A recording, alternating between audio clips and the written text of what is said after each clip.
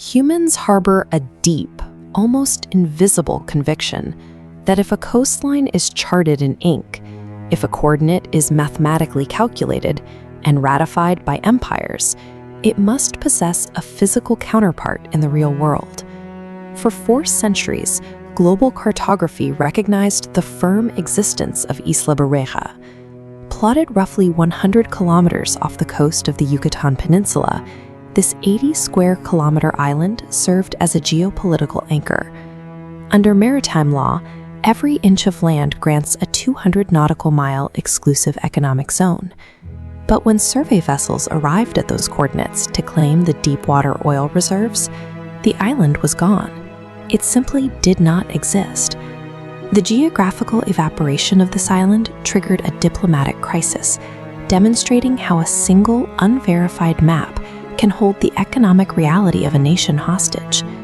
This discrepancy traces back to the early age of discovery. In 1539, Spanish cosmographers formally charted the island. During this era, navigational tools were primitive. Captains could estimate latitude by the stars, but they lacked the chronometers necessary to accurately calculate longitude at sea. An early cartographer recorded a specific physical description, calling the island blondish or reddish, in Spanish, Bermeja. To describe a color implies a human witness, suggesting a lookout had laid eyes on the rock and sworn its existence into the royal record.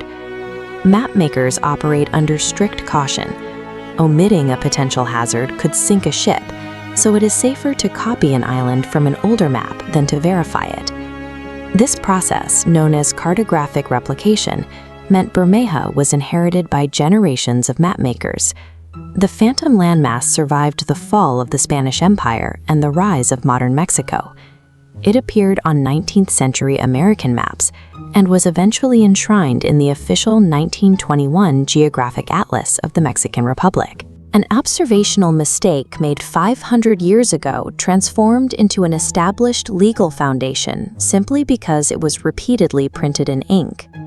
In the late 1990s, the U.S. and Mexico entered high-stakes negotiations to divide a deepwater parcel called the Western Gap. This region held an estimated 22.5 billion barrels of oil. As shown here, the red lost economic zone demonstrates the massive area Mexico could only claim if Bermeja existed as a baseline. To secure this legal baseline, the Mexican Navy dispatched an oceanographic vessel to the precise coordinates in September 1997. They scanned the horizon and reported finding nothing but open ocean. Bureaucratic chaos followed. The official Navy report detailing the failure was mysteriously lost. Simultaneously, the Mexican Interior Ministry published an official registry that incongruously continued to claim the island as sovereign territory. When sovereign territory mathematically ceases to exist, the machinery of government often chooses to suppress the truth rather than admit a catastrophic geographical failure. Our first instinct is often to rationalize the map. In the 19th century, British mapmakers searched for Bermeja, failed to locate it, and invented a sinking event to explain its absence, rather than admit the great Spanish maps were wrong. When the Mexican public learned the island was missing in the 1990s, a similar theory took hold. Many believed extreme tectonic shifts and rising sea levels had steadily eroded the low-lying rock until it was swallowed by the sea. Modern bathymetric science dismantled this idea. If an island sinks or erodes, it leaves a submerged plateau or a field of rocky debris, neither of which exists. Scans show the ocean floor at those coordinates is perfectly flat, sitting at 40 meters deep. Physical geological evidence showed Mother Nature did not destroy Isla Bermeja, leaving only human error, or human malice, as the culprit.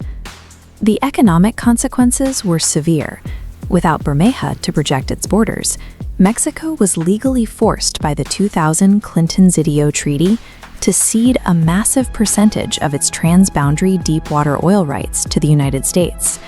This multi-billion-dollar loss birthed a widespread conspiracy theory. that the CIA utilized high-yield explosives to obliterate the island and shift the maritime borders in favor of American oil companies. The political fight was led by Senator José Angel Cancelo.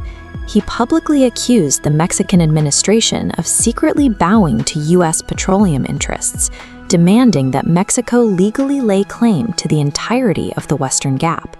Just months after rallying a defense for Mexico's maritime sovereignty, Senator Cancelo was killed in a highly suspicious car crash. The official report cited a sudden, unspecified mechanical failure.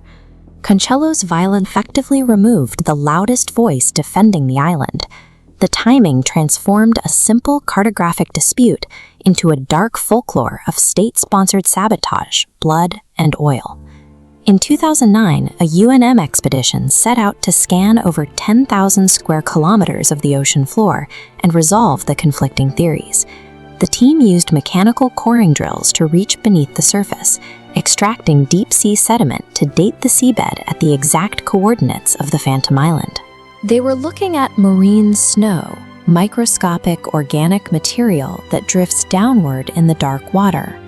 In an undisturbed environment, this material layers the seabed millimeter by millimeter over millennia. Analysis of the sediment layers revealed a continuous, uninterrupted accumulation of organic material, proving that no landmass, crater, or rubble had existed at that location for over 5,300 years. The geological record provided a clear answer. Bermeja was never swallowed by the sea or vaporized by a bomb. It was an illusion all along. The entire phenomenon traces back to a weightless origin. A Spanish sailor navigating without a precise clock likely misidentified an existing reef and plotted it 100 kilometers out of position. Authoritative mapmakers then protected that ghost in ink for half a millennium. The navies, international treaties, and national economies of 4 modern states were organized around a geographical typo. A single misstroke of a pen survived untouched by reality, resulting in arguably the most expensive typographical error in human history. Today, we look back at explorers relying on aged parchment, yet we place the same unquestioning faith in the digital borders projected onto our screens. If an entire world could look at an empty ocean for 500 years and see an island, what else on our modern maps do we blindly accept as absolute truth?